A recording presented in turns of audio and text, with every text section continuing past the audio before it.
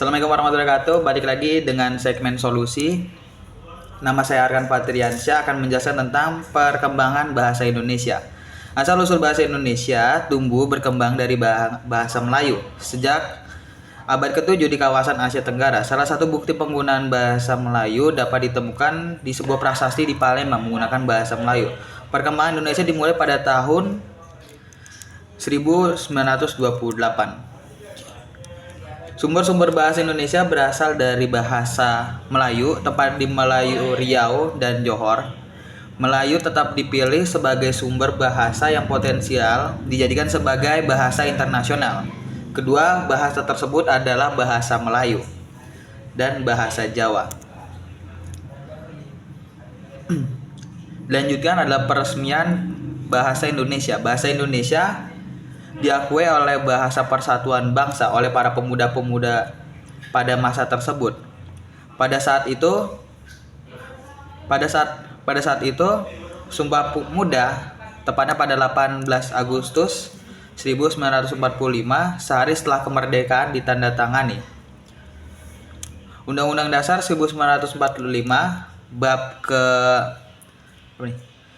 ke-12 pasal 36 ditetapkan secara sah bahwa bahasa Indonesia ialah bahasa negara.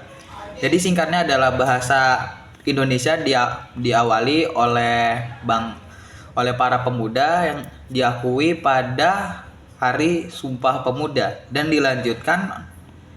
diresmikan oleh Presiden kita Soekarno-Hatta pada 18 Agustus 1945.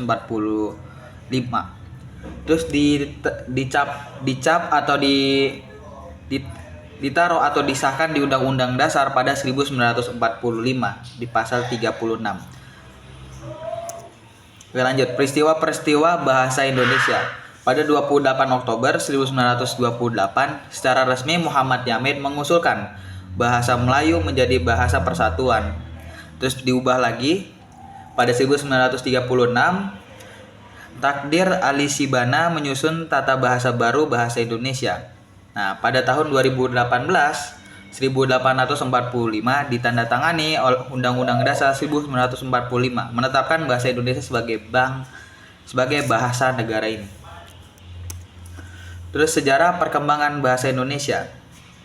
Bahasa Indonesia dimulai dari bahasa Melayu, terus digunakan secara luas oleh Nusantara sehingga bahasa berdagang komunikasi antar seiring waktu. Bahasa ini berkembang dan diadopsi menjadi bahasa persatuan dan Sumpah Pemuda 1928. Setelah kemerdekaan Indonesia, bahasa ini berkembang pesat sebagai bahasa Indonesia dan resmi disempurnakan hingga saat modernisasi berperan penting di kehidupan sehari-hari.